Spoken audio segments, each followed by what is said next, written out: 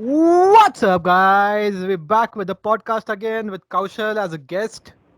आज का podcast हम लोग इंग्लिश में करेंगे, English Hindi mix. So Yes. because Kaushal can't speak Hindi, sorry, properly because he stays in the south area. Okay, You Kaushal. can only speak awesome. Awesome. Yes. So let's get started. Vedant, let's start with the questions. First of all, I think Kaushal, you should give your introduction to the people so that people will know who you are. Okay. Hey everyone, my name is Kaushal Sumedh. I am the founder of Ironcreed, which is a coaching group that includes me and two other people. Basically, I started this coaching service mainly for strength athletes and powerlifting, but we also do transformations as well. But the main attraction that we're looking for is strength and powerlifting because I see that India has a lot of potential in terms of based off of our population, I think that there are a lot of people who have the potential to do well at a global scale. And I think that the biggest factor that we are lacking is lack of knowledge and awareness of the sport. And we don't really have quality coaches in our country, which is a big issue that I see. I think a lot of people will focus on, a lot of people have the heart, they have the willpower, they have the determination to go to the gym and put their efforts, but they don't have the direction to go in.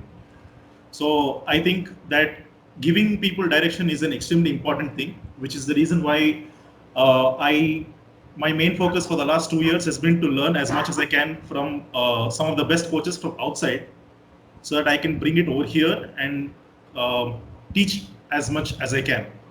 So I've been coaching for the last, I think about one and a half year now. It's been about 1.5 years, and it's been going really well until now. So I hope that this continues as we keep going ahead. And how is your personal training going?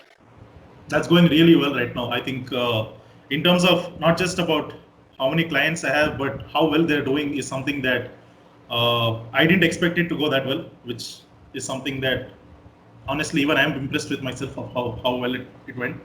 But yeah, a lot of people that we are coaching are doing extremely well. They seem to hit PRs on a very consistent basis, even though they come to me like with 4 or 5 years of experience and they've stalled really, really hard.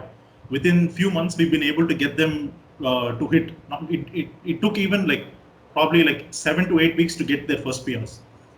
So I think that's the reason why I think it makes a very big difference when you start coaching people and you give them a plan that's individualized for them, because a lot of people don't know the difference that it can actually make. A lot of people either overdo or they underdo it because they don't know exactly how to figure out what to do in terms of a training program, what structure to follow, where are their weak points. Taking advice from somebody else is something that you don't really see. Most people don't want to listen to somebody else also. That's something that even I've noticed. But I see a very big difference when it comes to a proper training structure program that you give it to people, even if they've been training for like 5 or 6 years. And since you are a national level powerlifter, would you like to talk about that, your achievements? I have competed once at nationals in the 120 weight class. I had a total of 585, 210 squat, 135 bench, and 240 deadlift. 210, 215. Sorry, 575, something like that. I don't remember the numbers. 580, but, right? 580.5 or something? Something like that. 580 or 575, something like that was the total back then. This was 2018 nationals. Lucknow. In Lucknow, junior nationals, and that was my last year as a junior. And then 2019 was the year that I wanted to compete again, but then I wasn't able to compete because of some back injury that I had. So I had to take the year off. Although I did a mock meet and I stopped at my first attempt deadlift. So I totaled at 585, but yeah, I think 600 or something was there that day if it wasn't for the back issue. These are all. Yeah, sure. These are all like in sleeves raw numbers. Okay. Yeah, sure. It will come back soon. Yeah, for sure. Yeah, Thought 2020 will be the year, but the vision we was do not 2020. If you do not die. yeah, if we don't die, let's We just survived. survive for now and then see. Yes. Yeah, so since we talked about the meet, I think it's a good caveat to answer our first question. which is like foods you like to eat on meat day? Yeah. I think the most important thing is to stick to what you've been eating throughout. Because you don't want to try something and experiment something and then have some sort of issues on the day of the meet, because that is the most important day of your training. Like everything that you've done for the last how many ever months, years, all leads up to that particular training day, to Yeah. that particular competition day. So it's very important that you don't mess it up. Stick to foods that you usually eat. Like if you're somebody who eats rice and chicken on a daily basis, stick to that. Don't try and go do something else just because you've seen somebody else do something else. But I have a question over here. Don't you think having more of like high carbohydrates diet, carbohydrate diet to help in achieving the power? Yeah, definitely. That's something that you should be doing anyway after your veins are done. Yeah. Uh, unless and until, I mean, in India we don't have the concept of 2 hour wait between veins. Sometimes it can end up being next day. Sometimes they'll say vein ho gaya, chalo abhi chalo. 6 hours. So Yeah. yeah, sometimes Yeah, it's sure. 6 hours. Yeah. We have no idea. We have no idea when. But usually the rules are like, at least in IPF, it's a 2 hour of vein gap between the time of vein and the competition starting. So Yeah. within those 2 hours, you have the option of eating what you usually eat. What I mean to say, what you usually eat is choose carbohydrate rich sources that you usually eat. Like Right. and usually I think Indians stick to eating either rice or roti, which is their go-to. Obviously, not you shouldn't be overdoing it. Make sure that you eat as much as you require. That is going to fuel your performance. Something you could even add some sort of simple sugars before, like Gatorade or something like that. That will just quickly give you a boost. Before even those things are pretty good for rehydration protocols. Mm. Once you do a weight cut. Kaushal, I've seen people having like the Amul cheese cubes on the comp day, like before the weighing, they're having Jai these cheese Keto. cubes. Jai Keto. Even I've seen one guy drink milk right before, and then it messes with your stomach when you drink or eat something like that. It doesn't help at all. Like you don't want something fatty before you go train. You always want something that's easily digestible carbs. Yeah. So that's a very stupid move actually But to I eat have a Amul question. cheese. I have like a doubt in my mind because this meats in India especially goes for like 6 to 7 hours Yeah. sometime. So you think like having like a complex source of carbohydrate and good source of protein with some good fats would help in the longer what do you say, energy balance sustainability? If you have a bathroom nearby, yeah. If you don't have a bathroom, then probably not. But you can still like it's something that you'll have to plan ahead and see. Keep both in case this doesn't work out, in case that doesn't work out, because you never know what happens in Indian meets. Yeah. You have no guarantee at all when it's going to start. Like I said, like even for my nationals, I think it was like we weighed in and then my competition was next day. Oh. So in a situation like that, we have no problem because I can go back, eat, sleep, and do whatever I want, and then go back to the competition. Okay. So I have no issue. But then the day of the comp was again a huge problem because they asked us to come at 8, and it started at 3 o'clock. And they kept telling 15 minutes, 15 minutes. So we never ate till 3 o'clock. Oh. Why? So because we were like, it's going to start in 15 minutes. What will we eat now? Okay. Okay. So we didn't want to eat and then feel too heavy or feel sleepy or something like that. So we Yeah. were like, why to risk it? Let's just wait for 15 minutes because they're saying 15 minutes. And then that 15 minutes went on for like 8 hours or something.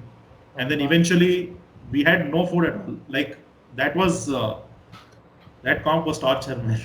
Like I have a what do you say, protocol for this. If the meet director says 15 minutes and the 15 minutes is over, so I'll have the food after 15 minutes. Yeah, that's actually not a bad idea to do. I mean, you can probably have something light in intervals. Like I have this candies, those fruit bears Yeah, you have, Sar yeah, Puts. yeah. I love them, bro. I just chow on them like I'm hungry, I'm going to eat all of this. That's a very good actually that's a very fast source of carbs because it's sugar. Yeah. It like instantly gets into your system. So that's one thing. You can also have bananas if you're used to bananas. Yeah. I know a few people who bloat from bananas, but then that's again individual. Like I said, if you're used to eating, then go ahead and eat it. Yeah. Like So try before like beforehand in the prep days, basically like yeah, 1-2 months out of competition. yeah, that's something that you should be doing in your prep itself. Like 1-2 months before, you should see what all you can handle well, what all you can't handle well, what you eat and feel bloated, what you eat and you feel okay with. These are things that you would have to keep track of. And then on meet day, as I said, stick to something that's really comfortable to you. So I guess Deva, you have any doubts regarding?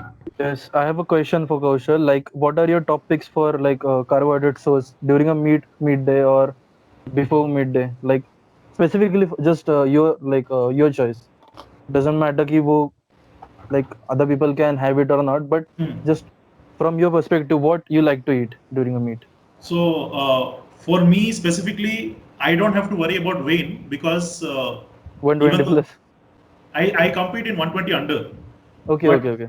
but Minus my 120. body weight is my body weight is around 110.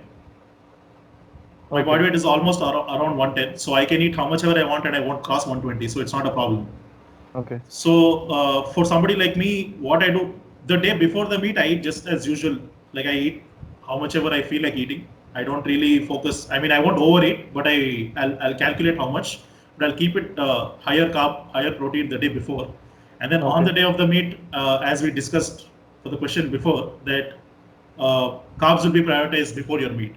So what I like to do is I like to eat bananas and I like to drink coconut water, something that I really like doing before training because it's rich in potassium and it definitely helps you.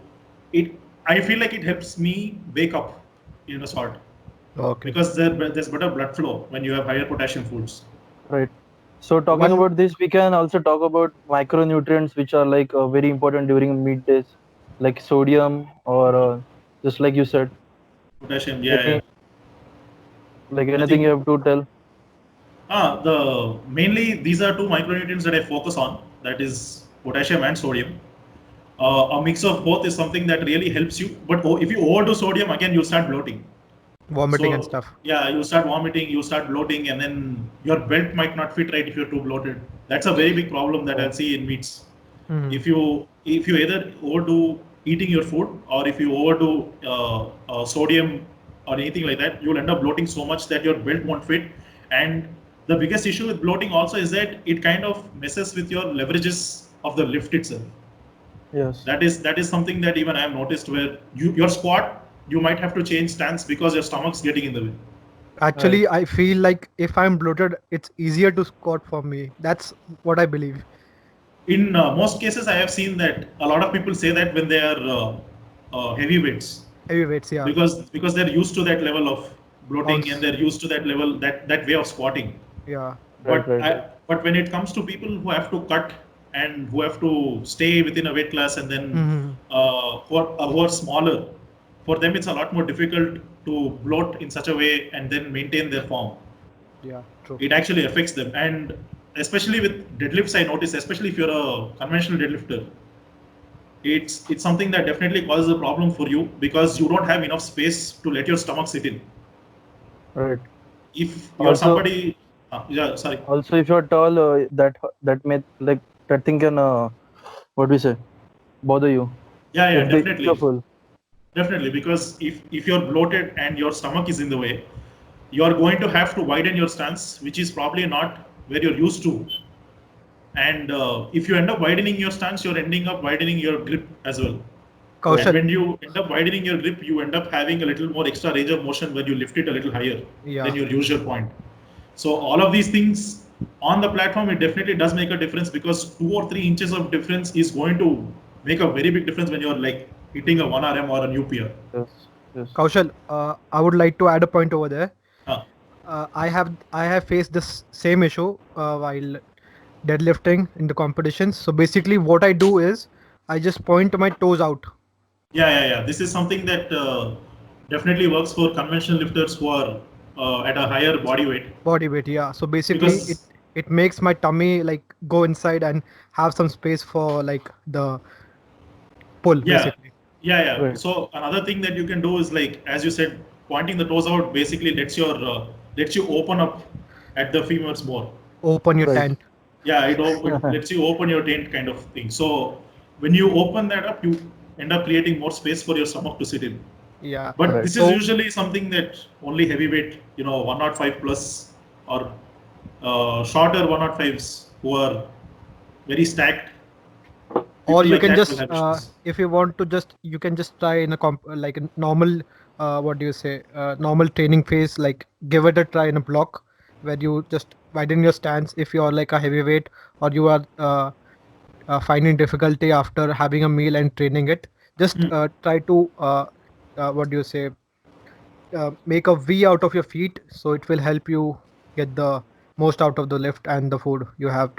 Yeah, definitely. I think making a V out of your foot is also something that helps with engaging your glutes better in the deadlift. Sometimes it works, sometimes it doesn't. Yeah, sometimes it does, sometimes it doesn't. But like, especially with sumo, I see that that's a cue that people can use to anchor themselves into the bar. Use the bar, anchor themselves, point your feet a little more outward to bring your hips more in, so that you can anchor the hips into the bar. But that's Yeah. another cue that people who are Australian very coach. good. Yeah, there's Yeah, one coach. Yeah, Australian coach, I guess. No, he has the cue. I guess, I believe. Sebastian Oreb.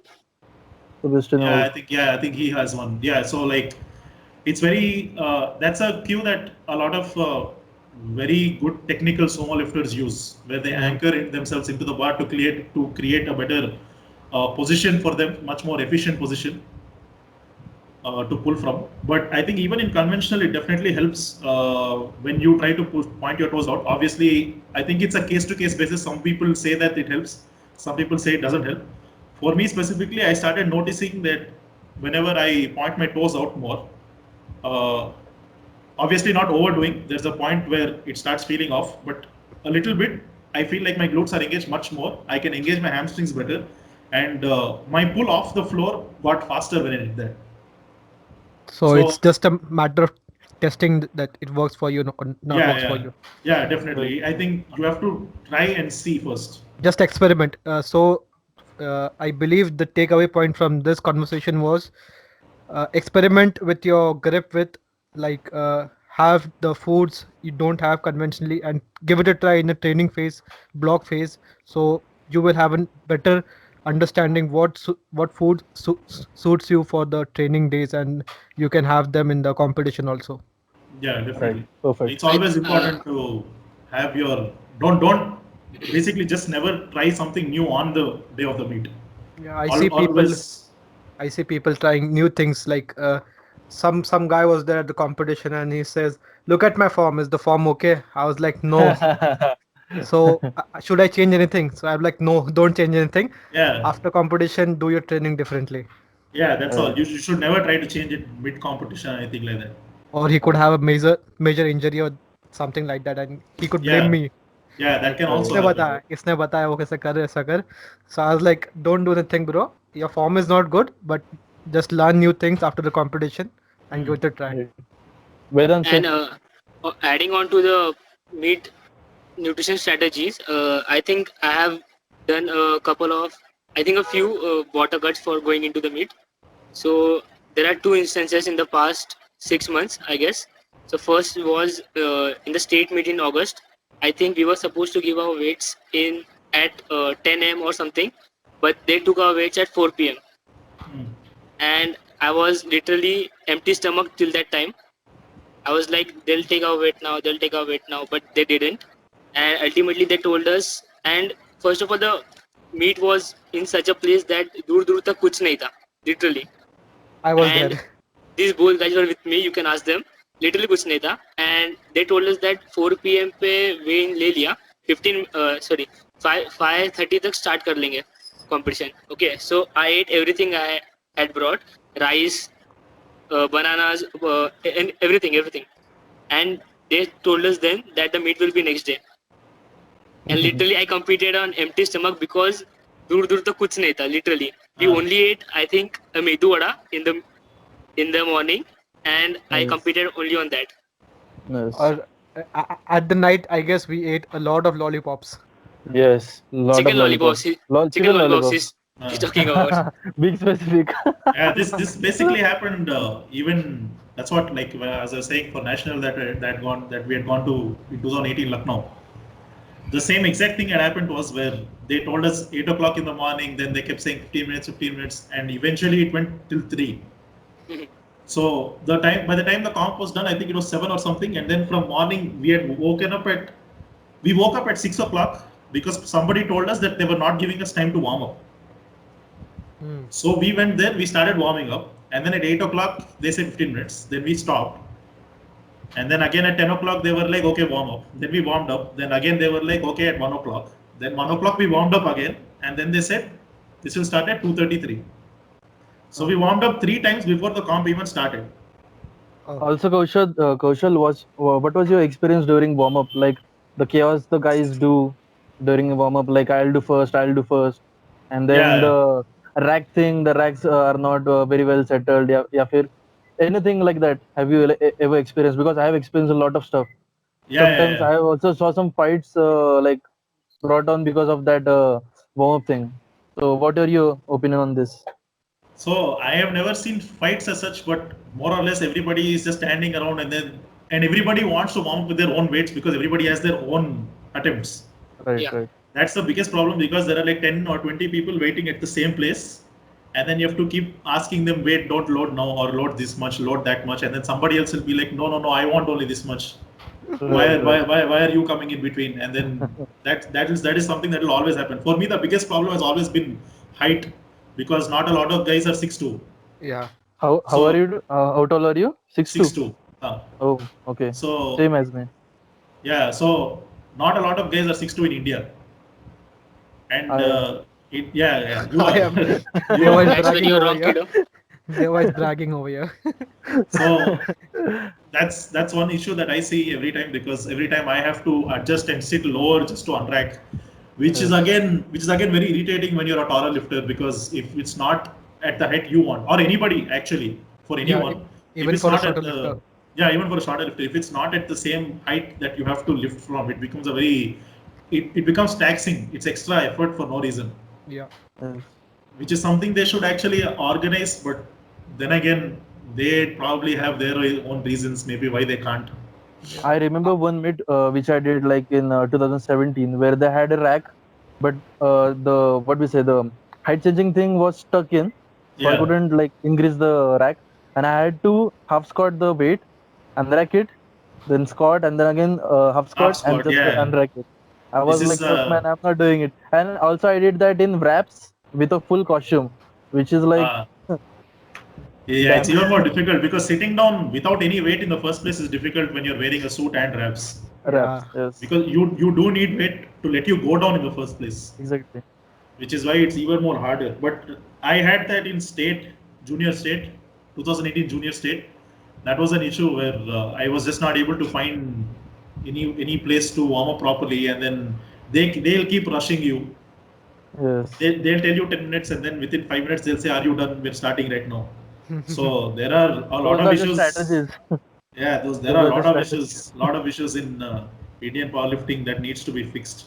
And But especially for bench. yeah, even Oh my bench. God. Bench actually, for us in nationals, we didn't even have the height changing thing. Oh, So the bar was right in front of us, like at this level. we had the same thing in the States. Yeah, so you can't really arch, Yeah. because a lot of us use the bar to arch and Yeah. make a Hmm. better to push your chest out, to retract as much as possible. These are things that we'll use the bar for, but then you can't even use the bar because it's right here, I was so you lucky. can't hold it. I was lucky. There was friend Kalyani.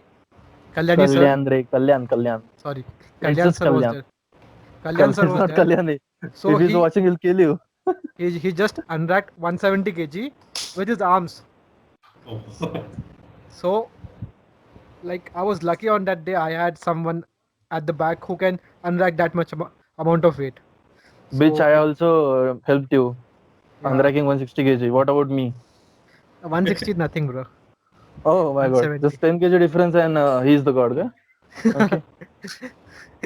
There was So people People Jealous, fighting for jealous. validation, man. Yeah. Nowadays, I'm 6'2". I did 160 and drag for Aniket. And Deva Kure, look at me. Okay. Okay, So so next one question. last point I wanted to add on the meat protocol, nutrition protocol. So it is evident that the more data you collect, the more you can use it to apply on yourself, right? So I noticed one thing that the Asian competition was in December, I guess, and Aniket and Aaron, they both told me that during deadlifts or during squats as well, they were cramping. Hmm. I thought that it was due to the electrolyte imbalance because they took salt, sodium, but they didn't load potassium that much. So in my university meet in January, I used that. Uh, I used that point. I implemented potassium as well and sodium as well, and I didn't experience any cramping. But the problem was that I thought that since simple carbs are more beneficial because they will be faster absorbed in the bloodstream. So I thought I should experiment with rava cake. You know what rava cake is? Yeah. It's a cake made of rava and it has lots of sugar. Ah. So after weighing, after giving my weight, I just had half kg of rava cake, and the sugar crash was so terrible that I slept for half an hour. So I think this is a point people should consider, that you should not indulge too much in simple carbs and simple sugars as well, because you Yeah. have a sugar clash, because you said that earlier as well, right? Because you might sleep, and Yeah. that might be detrimental to your performance. Yeah, that's what, like, it's very important to eat what you're used to in general before training. Yes, In on a general, what daily you do basis. on a daily basis. Yeah, you should never, like, if you're going in for a heavy training session, what would you do? You wouldn't eat too much, otherwise then you can't move properly, and then you wouldn't eat Yes. too less so that you don't have energy. Mhm. So that is something that you should have that mindset even for meats. Obviously, I think people get overexcited and then they say, "Nay, I'm going to try this today." I have seen my favorite lifter do this, but everybody that does something different does it for a reason. That's something that people need to understand. You shouldn't just Yes. simply copy paste it. Mhm. Yeah. So, And I think you should also uh, Vedant, see it on a trial Vedant. and error basis, so that the more data you collect, the more it will be beneficial for you on important Yeah, dates. yeah, definitely. Yeah. Vedant, So moving as you from said, meat, yes, Aniket. on the competition day, I had potassium and sodium at the same time. You So okay? yeah, So I okay, had the issue my bad. because I puked a lot. Uh, All So was like dehydration basically. everything was out. Like I was puking for like half an hour. I guess it was because of I didn't had any sleep that night. It was like around 3 hours of sleep, and I had a lot of anxiety building up in me. Like what to do, what to do. Competition is there, competition is there. that's another topic actually. Yeah, Before anxiety. before meet, you're like, before any meet, it doesn't matter which level of meet you're at, but before any meet, you're very nervous and you're always thinking about what's going to happen tomorrow. Yeah, But I think it's important to understand that your entire training block, whatever you've done, has been planned, has been will give you the success that you need on training day. As long as you don't set your expectations too high, it's not like just because you peaked once you're going to hit some insane numbers. That's Correct, also correct. that's also not going to happen. You should have a realistic approach, have an understanding that okay, I have the chance of PRing tomorrow. I'm going to go do my absolute best and get as much rest as you can before the meet. I think that's also a very important thing. that didn't happen with me. I opened with 180 kg on a international stage. I Happens Without opened bro, any with belt. happens. So you end up taking a much bigger jump. no. Basically, I took 180 for my first attempt. Got to the warm up room, warmed up till 230 kg. Uh, Took my second attempt as 260 kg. Then I rested. Then I took the third attempt as 270 kg. yeah, I think that's the only way you could have done it. Otherwise, No, there's no in the way to district jump competition, I jumped like around 180 to 240 kg. 60 kg jump. Yeah, Even in this without any, last university without meet, any. I took a 55 kg jump on my deadlift. I warmed up till 140 kg in the warm Uh, up room, and literally there was no time to warm up. yeah, So yeah. This I is I gave my warm up, and Yeah, literally after but 2 minutes, I gave my 195 kg opener. Deadlift is another thing and squat is another thing, bro. We Yeah, can but still, move weight on deadlift, Yeah, but deadlift actually squat you is can take bigger jumps, but still 55 is obviously a lot. But I yes, believe over here, that too at a lower body weight. because Yeah. you are like warming up from the squat and bench, you are already very tired. So huh. Mhm. that could be a Mm, point that you don't need a lot of warm up in deadlift. Yeah, yeah. That's my way could of be. thinking, because I Yes. used to do not like, I don't like warm ups in deadlifts actually. It's Aniket told me a this. it's a thing where it's also like a fact that you need much more practice with squat and bench in order to ingrain the pattern, whereas deadlift is something that will be ingrained a lot faster. You don't need Naturally. as much frequency. Yeah, like that's the reason why deadlift is something that you will get technically good at even if you deadlift once a week. Yeah. So you don't specifically need to do a lot of warm up reps or anything like that to feel your deadlift move on the day of the meet. Like you could probably do set of three or three or twos until you get to some level of warm up, and then single till you go to your opener. Right, right. Mm, Whereas I think on squat and bench it's a little different. You want a little bit more volume beforehand with a little bit of lighter weight, like sets of five, sets of fives until you build up to set of three or something. Obviously, you don't want to tire yourself, but That I feel depends like upon the athlete and the training yeah, perspective is having. it'll depend on the person as well. For me, that's how it is. Where I take uh, more warm ups on squat and bench, Uh, but then on deadlift, I don't need that much. Like I can just keep going single, and then I'm set to open. uh, So I think it also has to do with mentality, like how you think mentally, because you feel comfortable doing that as well. Maybe it's not required for me, but then that's how I feel comfortable. yeah, When do I whatever you're comfortable at. yeah do a couple of set of fives so that I'm actually feeling the blood flowing in squats and bench. That's something that I like doing even on a meet day. But on deadlift, I won't do that. Nice. and I like you, Kaushal. I know this can be very individualized, but what do you think can be the difference between the last warm up and first attempt across all three lifts? So in squats, I'd say, so first of all, I think everybody should understand that first attempt should be something that you can hit easily.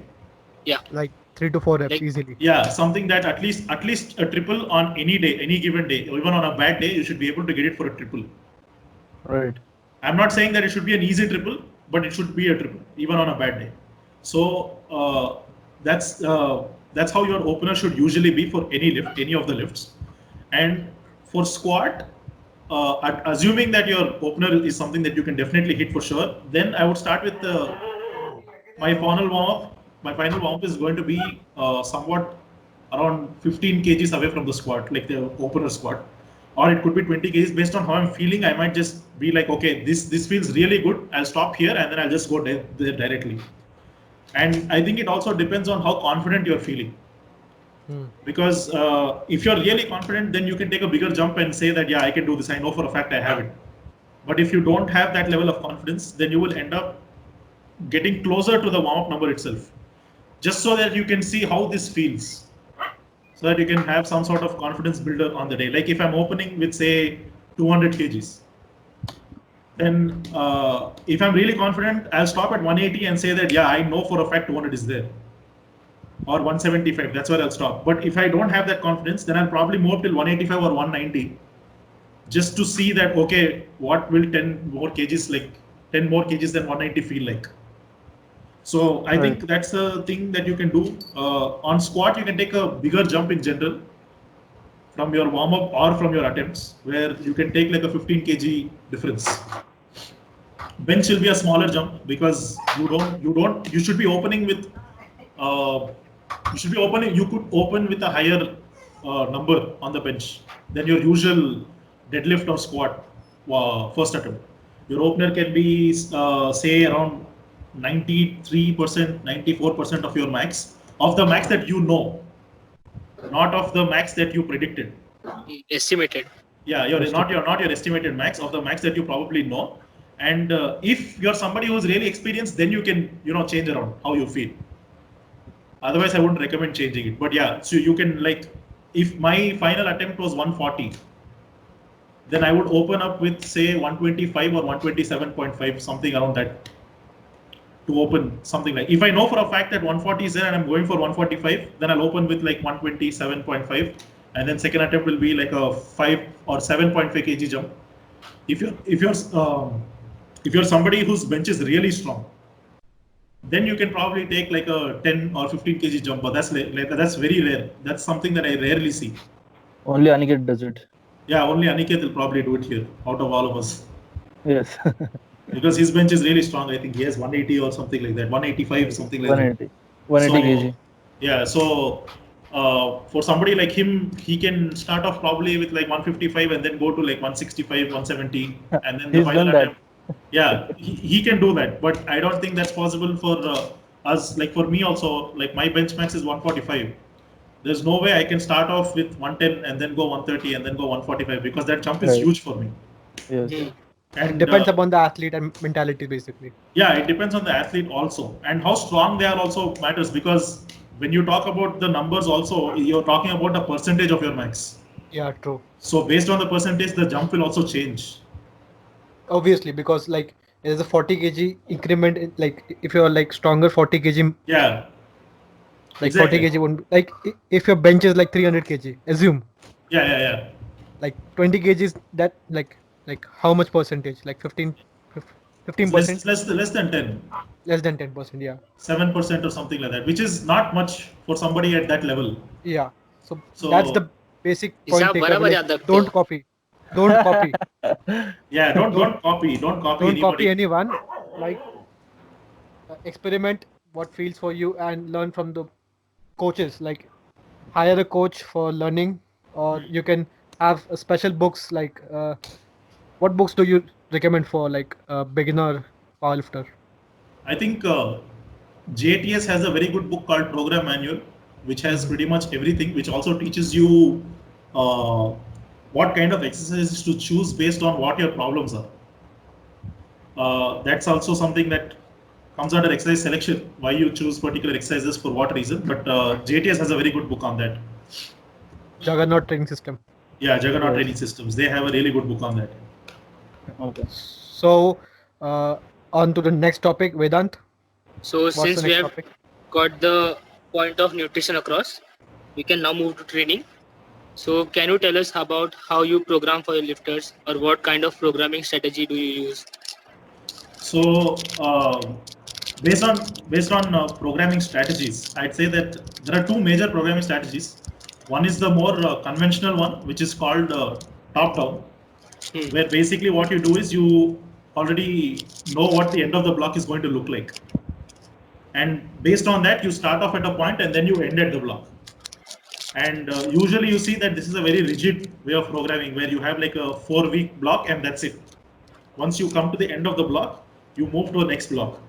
But there's another way called bottom-up training strategy, where what we do is that we have an idea of what the end of the block will look like, and we know where to begin to reach that place.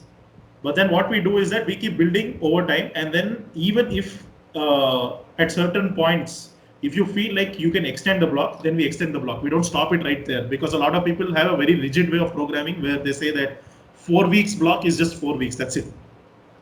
Even if at the end of 4 weeks your lifter or your athlete can push more, or they're adapting extremely well to the particular block. A lot of coaches I've seen, they do this part where they completely stop the block and then they start something new. But if the person is adapting really well, I don't see a reason to change anything. Hmm. So to give you a particular example, I'll give you, there's a guy that I coach, his name is Ashish.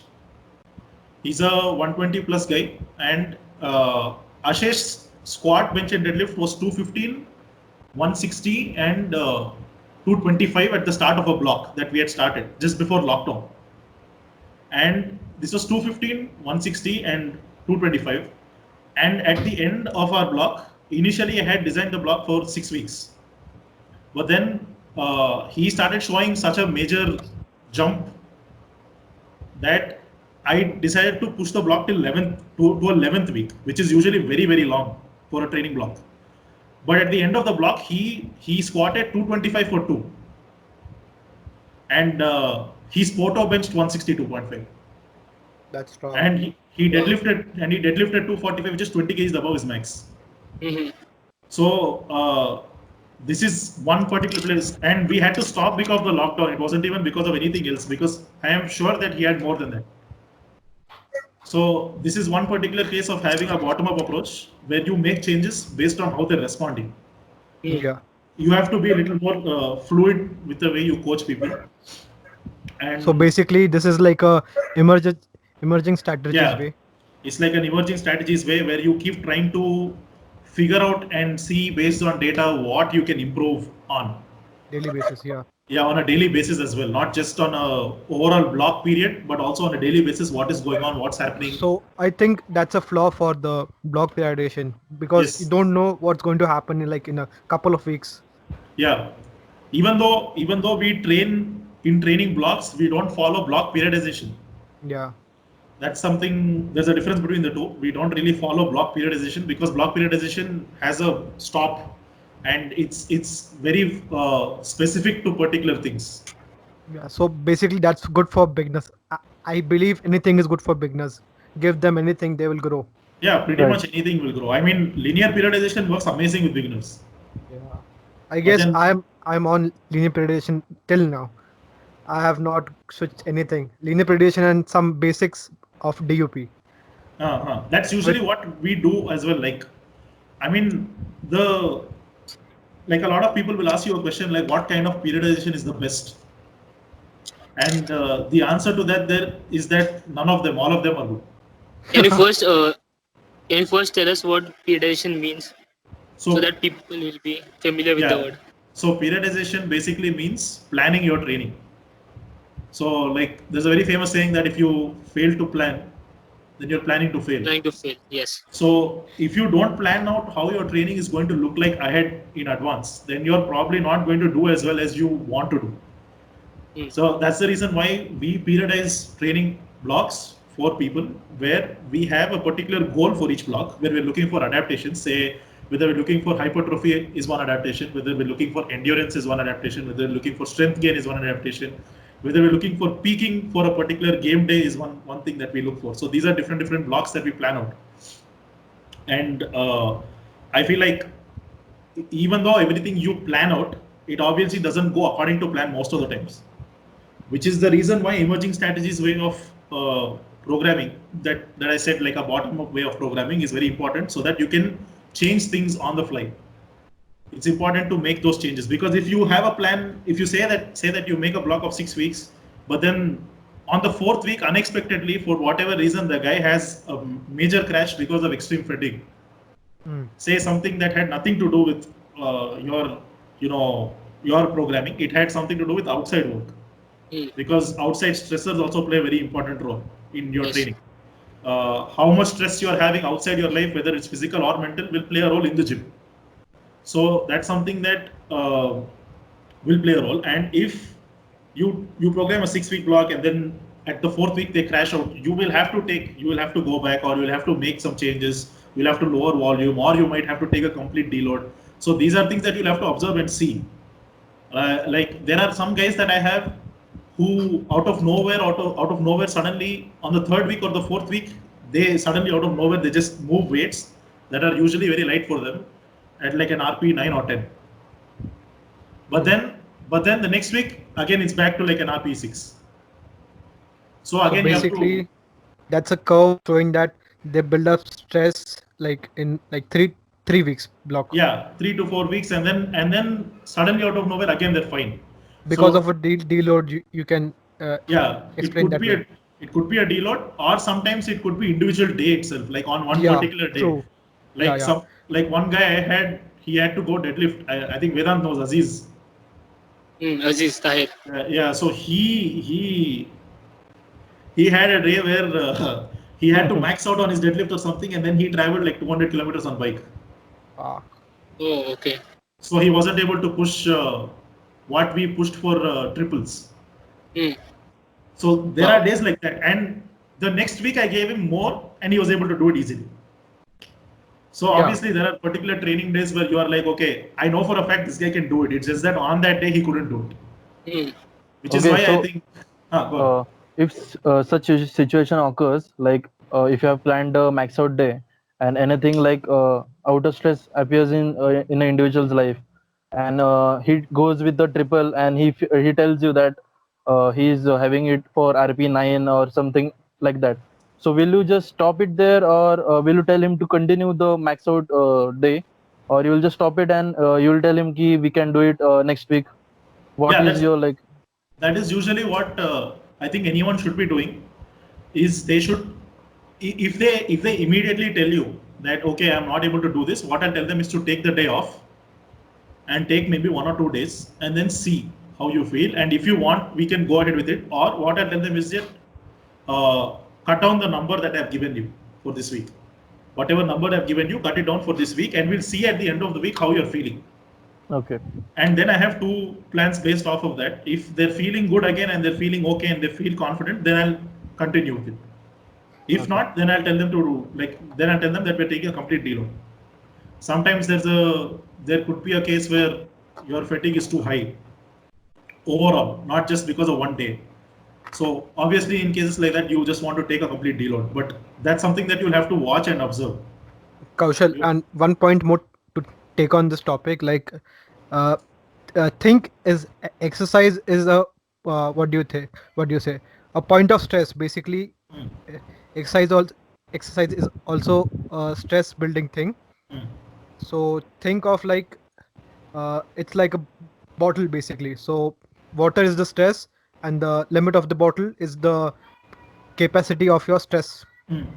So basically, if you have to figure out what stressful days you have, so basically you can program for that also. Yeah, definitely. I think this is where collecting data is very important, because there is a lot of current coaches or top level powerlifters who talk about this a lot, where they say that particular day they know for a fact that their lift will be good. Like That's a Mondays. Yeah. Yeah, it's a thing that they will notice along with how they've programmed. They'll see that on Mondays their squats are very strong, so that's where they keep their heavier squat or tougher squat sessions on Mondays. Squat, yeah. Yeah, comp squats on Mondays, and then they see that maybe on Wednesday they'll keep their secondary or a tertiary. If you're squatting 3 times a week, you might keep on Wednesday if you're feeling too fatigued usually, but you need some sort of frequency or practice to be able to still get in your squat work. You might either add in a variation or still do your comp squat, but these are things that you will determine through a lot of data that is derived from your past training, which is very important. Which again, like, it brings me to the fact that taking past data from your clients is extremely important. I see that a lot of coaches, especially in India, because this is not a concept that is known at all in India, where people don't care about what you've done in the past. There is no question. I have never seen anybody have a proper questionnaire or anything like that where they ask people, what have you done until now? What has happened until now? How many days of training have you been doing? Which part of your training has been good? Which part of your training do you think has not been good? If you tell me all of this, then I'll be able to know, to a certain extent, I'll be able to know what might work for you and what might not. I think that's a very important thing, to take as much training data from your lifter as much as possible before they even join you. Yeah. It's super important, because people, when they don't do that, then you have no idea how to program. And they blame on the coaches basically. Yeah, and like you will never be able to give them the kind of results that you can give them if you had taken the data. I guess I covered this topic in my latest video, where I talked about online coaching and how you should find the online coach, or what do you expect from the coach. If you guys have to watch that video, you can check out my YouTube channel, Deva Khule. Shameless plugin. Always promotion. So Kaushal, I wanted to ask you that, since you told us that you would change the program according to how the athlete feels on that particular day. So how important do you think the auto-regulation part plays in a lifter's current program or training plan? So auto-regulation is something that I think it should be given to a lifter based on their experience, because a lot of lifters are not experienced enough to use auto-regulation efficiently. They don't know how to use it properly. There are some days where the issue with auto regulation is that there are so many factors involved, and it could be mental, it could be physical. And if it means physical, it could be something like maybe the night before you probably didn't sleep enough, or maybe you didn't eat enough, or on the day you probably didn't drink something that you usually drink, or you don't do something that you usually do. So these are things that can definitely play a role. And mentally also it plays a role where you are like, oh shit, I didn't do this before going to the gym. Usually I eat this, but then today I didn't have it, I didn't eat it, now what will I do? Yeah, it's very common. It's very common actually. It's a lot more common than people think it is, where they think that I didn't do what I usually do. On my best day, I did this, so I should do this every time. And if they don't do it, they start thinking, I didn't do it, now what do I do? Yeah, I think people are very pragmatic with their approach, and they are very superstitious with how they approach certain things. Yeah, that will play a role. Especially we Indians. Yeah, especially with Indians. I was about to say that especially with Indians, because we have so much to begin with, where we have to, so many superstitious beliefs to begin with. I think a lot of people will have that, but as I said, I think auto regulation is something that should be given to a client only if they're somewhat experienced. I don't think you should give it to a beginner, because in a lot of cases, a beginner doesn't even know what it means to work hard. Exactly. Yeah, and basically auto-regulation can be prescribed for the new lifters in different ways. Yeah, definitely. It can be prescribed in different ways. So when we talk about auto-regulation, usually we talk about either RPE or RIR, which is usually the two terms that are thrown around, where RIR is a much more rigid concept, where you know that only these many reps are left in the tank. That's for advanced lifters, basically. Yeah, and RPE is more of a spectrum, like 6 Feeling. would mean, it's more of a feeling. It's not exactly 4 reps left. If you say RPE 6, it doesn't mean exact 4 reps left. It means something close to that. Yeah. So it could still be a range, like you could still play around with your numbers on the day. That is something that I would say is you should only give it to lifters who are who have a very good idea. Because if you overdo it, then you're definitely going to affect upcoming training weeks. I have a technique for this. Okay. I mostly use AMRAPs.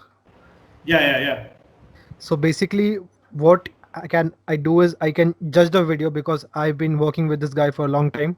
So I can know that it's a RPE 9 or RPE 8. So basically based on that, I can auto-regulate on that also. Yeah, definitely. I think that's also one more thing that coaches will, if you're observant enough, you will know your lifter very well. So if you, like you said, you make them do AMRAPs, and then you know for a fact what their RPE 8 or RPE 9 is actually like. Yeah. Which is why it's also important to know your lifter over time. It takes time, first of all, to even figure out what kind of a lifter somebody is. Yeah. True. There are some lifters who will, whose 1 rep maxes will look like RP 6, but it's not. Yes. There are some lifters like that. I think Aniket's lifts look like that. No. The speed versus the feel. Yeah, like his squat and bench definitely look like that to me. His deadlift, I've never seen him struggle. Might be because of the technique stuff, because I'm proficient. It could be technique. It could be because of my how you're leverages, built. Yeah, how you're my built. height. It could be multiple things. Yeah. Whereas, Because like I have seen people doing like this stuff that looks easier on the video, and while you do it, you try to do it, it looks difficult. yeah, definitely. Yeah. That's what, like, some guys are there whose lifts will look super easy, but then they're not. And then there are some guys who will grind the rep, but then they can actually go more. Yeah. Like a classic example would be Hayden Bow. Yeah, I was going to say Yeah. the name. Classic example is him. Like his first rep at any given weight is going to look like he can't do one more, but then he does 5 more. But that's not predictable in the long run. It's very unpredictable to coach somebody like that. It's because very hit and miss. You have no idea.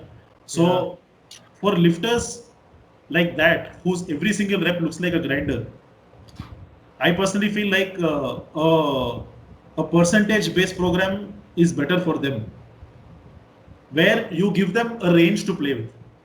Yeah. So you don't give them a rigid percentage and say that 80% 3 sets of 5 or something like that. You give them like 77.5 or 78 to say 83, 84. Based on how you're feeling that day, you go ahead and decide. Mm-hmm. That's something that you can do for lifters like that. That should be for an advanced or intermediate lifter. Yeah, that should be for intermediate or advanced lifter, where that's one case. But like if there's somebody who grinds a lot, who looks like they're grinding, and it's impossible for you to tell what RP, and even if they are lifters who have been doing this for a long time, even for them it's very difficult to tell you. Like there are some people where 60% or 70% of their deadlift feels difficult for them. It starts feeling difficult right from the beginning. So if you give somebody like that an RP, they will always underdo what they versus what they can actually do. I don't like RP as a tool for like the beginners or intermediates. Yeah, It's it's very not going to work. it's very hit or miss thing. Yeah, Sometimes it that's works, sometimes it doesn't. Because I'm not capable of telling that this guy is doing this because it needs a lot of experience on yeah, that exactly. basis. And it needs a lot of experience from both the lifter and the coach who's coaching, because as I said, like you have to know what kind of a lifter they are, like how their lifts look in the first place. And that's something that you will only understand after months of coaching at least. It'll take a couple of months for you to even realize how they've been doing it, for you to understand, okay, how much can they actually push. Yeah, And even then it becomes very difficult for particular lifters. true. It's like a And good talk about it, bro. I love having talks about like the training strategies we all use. Yeah, It's yeah. very nice to It's hear like very different perspectives definitely, and because training is not realizing realizing that like something is similar over there also. yeah. I mean, like training is something that's there are so many factors. Like people pray by this stuff and you can do it like like in many types also. Like there are like strong people from starting strength. Yeah, Like there are all of the strong people from different sort of schools basically. yeah, exactly. That's So that's one more thing. Like it doesn't matter what training strategy you want to stick to. I think at the end of the day, everybody has to acknowledge that every training strategy has its pros and cons. Like everything has a positive and also a negative. yeah, just Like stick to it. yeah, so like as we discussed before, where you said that there are constraints in block periodization. Yeah. So initially when block came out, everybody was like block is the best. Yeah, because like same with Vedant DUP. still. Yeah, every even DUP. every new thing is like the pop culture Yeah. basically, Yeah, it's basically like pop culture. Like right now, everybody is like DUP is the best, DUP is the best. But because DUP is there are more just one part. yeah, It's just because one part. there are no studies on this training programs done right now because for a long term, huh? Not for Yeah. a I short term, feel long term. I feel DOP became popular because of David Lade, because he's the most popular, we can say, non-powerlifter who Yeah. promoted DOP, and He's most of the also teenagers is using his DOP. yeah. I know a lot of people who say that DUP best just Now because they've got it now from him. one more thing is coming up like this high frequency stuff. Yeah. Uh, right. So Squat every I'm day and bench every day stuff.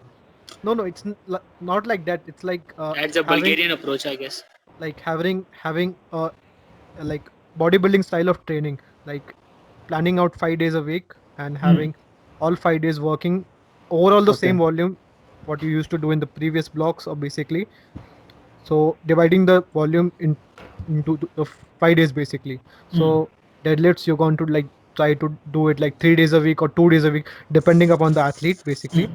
And squat I try to do it like 3 to 4 times, adding variations obviously. Hmm. So I am been experimenting with this high frequency based training. Hmm. It helps with the hypertrophy point of view obviously because Hmm. there is lot of muscle protein synthesis going on there because you're giving the stimulant to the muscle every day you're training. Yeah. Because as a natural athlete you need the what do you say, uh, Stimulus. stimulus, yeah, basically Hmm. stimulus for every day, I believe. That's Hmm. my point of view. What do you Yeah. think? Yeah, because muscle protein synthesis, once you train something, it is elevated for about 48 to 72 hours. But after that, again, it goes back to baseline, and you're not really doing anything to improve or increase your muscle during that time where it's at baseline. So you can obviously train again and again, but I wouldn't say like I'm not saying squat 5 days or 6 days a week again. Like having a variation in that day, like Yeah, you can definitely have a squat variation, and it doesn't have to be a barbell only variation. It could be yeah, anything true, else. like lunges, Yeah, it could be Bulgarian split anything squats, else. like one leg pistol squats to improve your basics awareness of position in the squat. Yeah, Like that is also helpful. Yeah. lot of people drift in the squat when they come up. Like especially me, I Mhm. drift up on the right first, then the left. Mm-hmm. That's what I'm trying to improve here. Yeah, this could be also individual strength, individual leg strength Imbalances. Yeah. imbalances.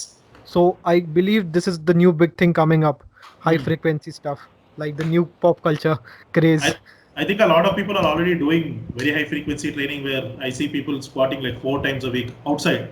Yeah. Yes, Yeah, yes. yeah. And the Sean. issue that I particularly find with extremely high frequency is that it's something that only people who have been training for a couple of years at least, or people who have significant muscle mass should do. Yeah. Like intermediate, like who have been doing like they Yeah, have a, like late intermediates okay. So or advanced basically lifters. good 3 to 4 years of training experience under the belt. I think at least 3 to 4 years of good training, Good training, okay. So not just basically, normal any training. okay, because I have like around 2 to 1 year of good training Mm. under my belt. Mm-hmm. Before that, I was just doing everything like last to heavy marna, I'll go heavy today. That was mental thing. Then I started studying about the strength thing Mm. very early. Like 2 years back, I started studying Mm. about the strength.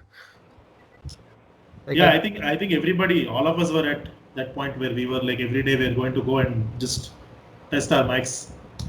But I then guess that somewhere works for the beginners, I believe. that definitely works for beginners.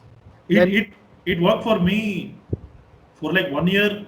I had every day a new PR every time I went to the gym. and after that, some people have the big egoistic look like I'll do this forever and I will Yeah. gain strength. So that's like not the point to look on. Like learn new things every day basically, Mm-hmm. because you're not like if the approach doesn't work for you for a certain period of time, you need to acknowledge that and change it. Yeah, definitely. I think the issue with also going, every single day max PR is that you're going to injure yourself, Yes, and exactly. structural damage is very difficult to come back from.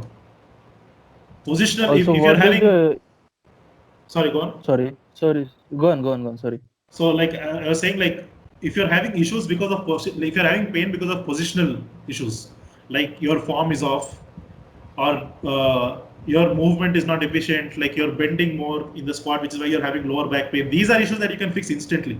Mhm. But if you have a structural damage, like something like a disc bulge, those are Actually, I believe everyone has a disc bulge, yeah, but they don't everybody have has. pain. Yes, Everybody has yes. to a certain extent. Everybody has. I'm pretty sure if you get your MRI done, you'll have some level of disc bulge. Yeah. So basically, I'm starting to read a book over here Hmm. about pain and stuff. Hmm. So basically, what the book is saying, like, if the pain is not harmful, it will never tell you that there is some pain in the body. Yeah, it'll never tell you that there is pain. That's usually how it'll happen. If uh, like structural, what I mean by structural is like, say if you get into an accident, Yeah, and you break a bone. Break yeah, and then you break a break a bone. bone or something like that. Those are things that you will always have an issue with. Unless, like, no one makes 100% recovery from something like that. True. Yeah, There will I can always see be that. some issue. There will always be some issue. Mm. What was your So injury, bro? it What was the was injury? Back injury? it was mainly I had a lot of anterior pelvic tilt. Okay. Oh, same So like me. yeah, so my pelvis was Or any always other IG thought. basically my pelvis was in extension all the time Okay. Obviously. because I was not able to because I was not moving enough. I was not training in those positions enough, and even Sitting I all think day. yeah, sitting all day was the biggest issue that I saw. And then the bigger issue that I felt that I noticed was that in my squat, I used to focus too much on sitting back or pushing my hips back to a point where there would be a lower back, Arch. arch, which is this is not really a good thing. I think very few people can do that and not have problems. We don't think so because for long term, because if the body is suited for that, then good for them. But Yeah, for a general perspective of like lifting advice, I won't advise like anyone arching the back. yeah, it's not something that even I would advise. See, same thing with the deadlift. I think when I used to lock out, I used to lock out where my lower back used to be in an extension position. Yeah. And I I think that came from the fact that in Indian competitions you are asked to like all the way go back. No, I Right, don't right, believe it. right. But your knees should be locked out. That Yeah, your Eh, knee should be locked out. Like, see, that's the actual thing. But in Indian, this thing they ask you to, hyperlock. it's not Aniket, a. remember we had a debate on this topic in your state meet where your second attempt got red light because of that lock stuff. Yeah, Because of my knees were very soft. I will accept on very that soft. because yeah, I was because I was using not using the because I have like I have not trained the conventional deadlift for a year prior to Hmm. competition. Yes, and it just came there and just did conventional. No, just before a competition, before your Yeah, district, you started doing conventional. no, before the district, like 1 week ago, I started conventional again हाँ ये because कर Okay. लो पहले. I had ये कर लो. the Uh, I had uh, a back injury basically, so I switched to sumo. Hmm. So it helped me a lot building the motor pattern and doing deadlift basically without the Hmm. pain. I have question for Kaushal. Like, if a guy is tall, so does anything like being tall has a negative impact on being a powerlifter? Does anything has to do I with think it? Do you think? I think overall what you'll see is that in terms of relative strength, being tall definitely affects it. Where you'll always notice that taller lifters, relative to their size or something like that, their numbers won't be insanely high. Right. And the issue with being tall is that even if your number might be the same as somebody else who's lifting the same amount of weight, even if your strength levels are the same, you're going to take much more impact, much more fatigue, simply Yeah, because you have to move the weight for a longer range of motion. duration. Yeah, longer range of motion and a longer duration as well. Hmm. Because you're moving it from a point A or point B and then you're bringing it back is going to take a lot more time and a lot more distance than somebody who's shorter than you. Yeah, But you Do don't you think the longer the person they have the muscle to implement it, the longer size of muscle. just I was just saying that. If they build it, yeah. Hmm. If they So build do it, you then they definitely think can. do you think tall people should like gain weight to reach their maximum strength I level think potential. I think that is potential? something. I think that is something that everybody should try, regardless of whether you're tall or not. Just You're sticking to a 83 kg category won't help, you know. No, 83 no, 74. 74, sorry. Vedant. मैं करूंगा 74 में खेलूंगा. He's I always हाँ think like ये that. कर लो पहले. I think Yeah, कर लो. I think everybody should focus on like first of all you should figure out your weight class over time. It's not something that you can figure out instantly because you have to see how much you can build to begin with. And it's important to build as much muscle as you possibly can for the first few years of your training Mhm. Yeah. before you get into overly specific, hyper specific powerlifting training. I think a lot of your training has to be. I'm not saying don't do compound movements, but you should also add enough isolation or enough muscle group specific Hypertrophy workout. exercises, hypertrophy Yes, work, yes. where so that you build as much muscle as you can, because it's important to understand that the bigger the muscle, the more potential to produce force. I think Mass that's moves mass. something. Yeah, Mass basically moves mass. mass moves mass, but not fat. No, I'm talking about muscle mass. Like muscle mass, right? So it's important. Like the more muscle mass you have, usually the stronger they are. But paraphrasing it, bodybuilders are not stronger because they have not doing the specific movement for long term. Yeah, that's also another thing. Right. It's because they haven't been doing the specific movement that they're not strong. But if they were to do specific movements and they They would could be actually, stronger. yeah, and if they actually focused on getting stronger using the movements, they would definitely be strong. I I'm have pretty seen sure. some bodybuilders who can bench over 200 kg in India. Yeah, So without any specific arch. yeah, no arts. They'll have no arts. They'll have no setup. They'll do nothing Yes. fancy. They'll just go and they'll start benching. And I've seen there are definitely people who will bench around 150, 160, just like that. But That too Yes. with suicide grip. Yeah, that too don't with you suicide. think the steroids comes in play for the strength adaptation? I think, yeah, definitely. I am not going to say that it doesn't help at all. I mean, anybody who has been reading research will know about that very famous study that was done where I think they had 3 different groups. Where one group they gave steroids and they did not work out.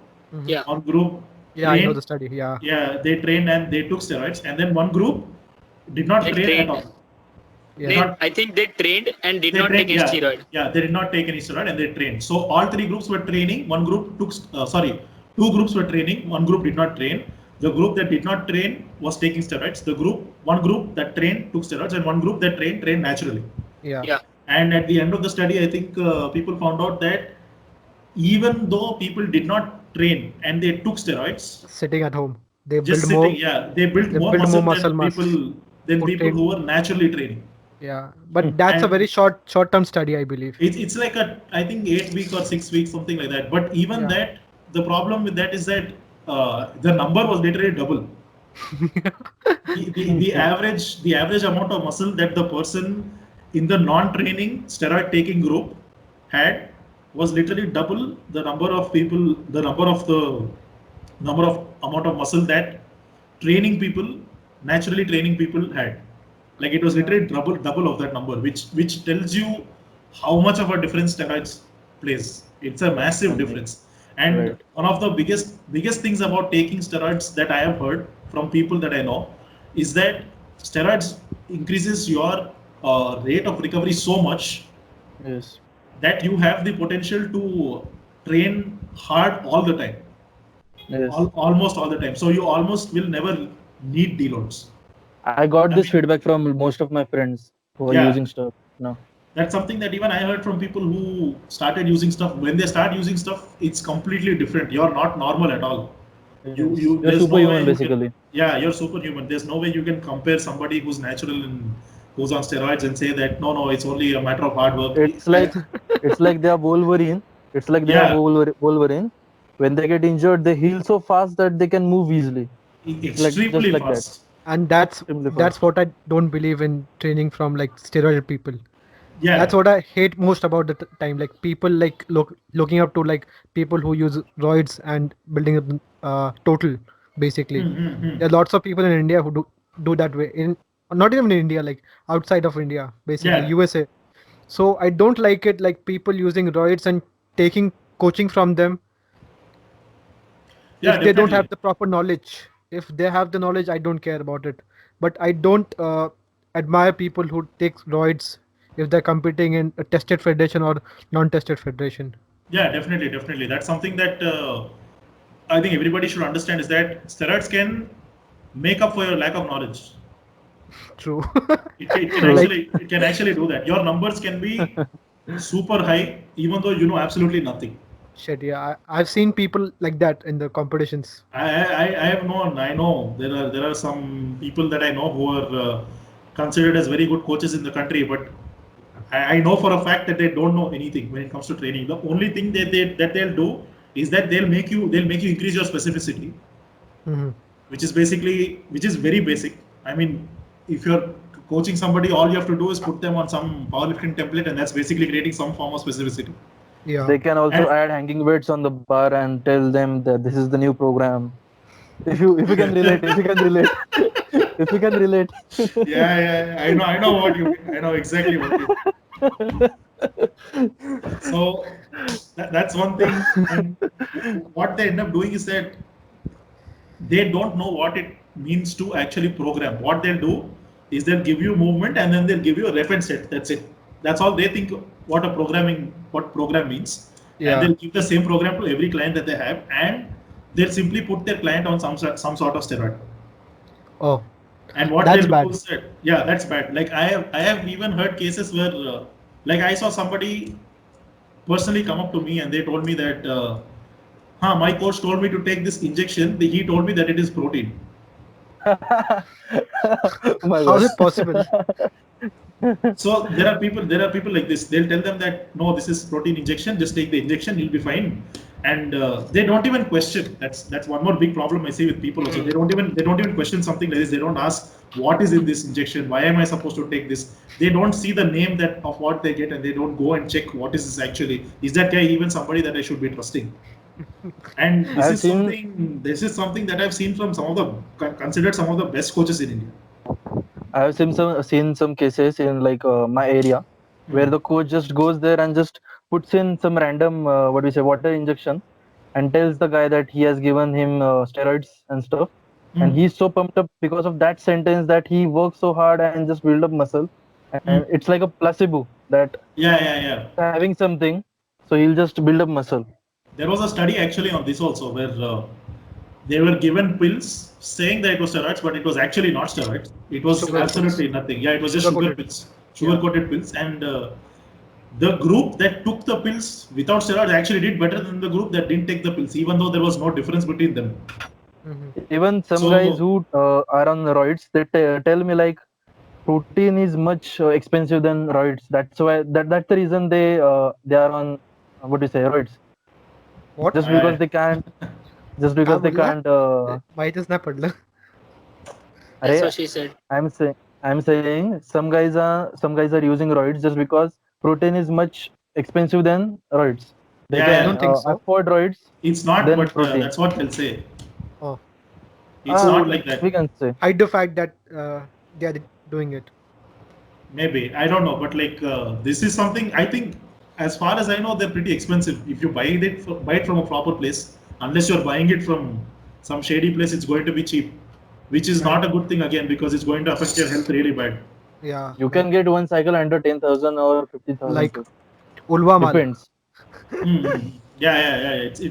It'll depend where you're getting it from also, but it's obviously a risky factor when you're taking something like that because you It's might gonna not hurt. even know what is in it. Yes. True.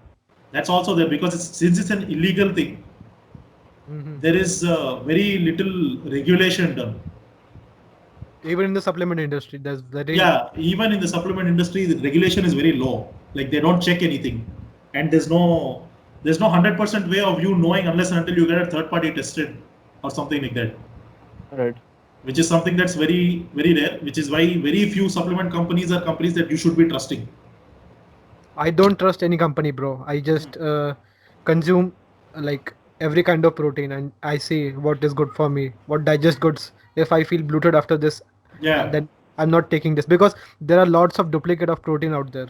definitely. Especially That's Optimum Nutrition is the one company. It's the people are duplicating like crazy because the tub costs you like around 30-40 bucks, mm, and you can fill it with soya yeah, protein. It's like Right. Right. 100 rupees kg yeah. in the Yes. market, and they make such good profit selling that All they do is add some chocolate flavored cocoa powder basically. cocoa Yeah, powder and then they'll sell it. I have seen that. Yeah, yeah. Even Dymatize is one company that is copied a lot. There are lots of things like this where that goes on, but nowadays I that's what I believe, like buying in Indian companies because they have the stickers nowadays, mm, scratch code basically. So yeah, that's why I prefer buying Indian from India, because who is going to copy Muscle Blaze? yeah. Who's that Even is in the one thing. right mindset, I won't copy Muscle Blaze if I have all the products lying around because it's not a big company right now. Yeah, yeah. It's not that big on a global scale. Yeah, that's why I trust But Indian brands I nowadays. think ideally you should be trying to get your protein from food Yeah, Yes. like because 90 to 80%. there's nothing that will beat food in terms of satiety, how you feel, in terms of performance. Also, I have personally noticed that when I eat my protein, I feel much better than when I drink it in a form of way. Like I have personally felt like I feel much leaner and fuller. I don't know if other people feel the same way. I don't think it makes a big difference on your body composition at the end of the day. But I think it might be something that's psychological, but I definitely feel much better when I eat my protein. When I eat chicken or eggs or something like that, and I fulfill my daily protein intake from that. Yeah, you feel more satiated because you are having some kind of fiber and protein with it, no? Yeah, that's one thing. And then you'll make sure that you make sure that it's done well. You make sure that it's proper. Tasty. Yeah, It's and tasty. tasty.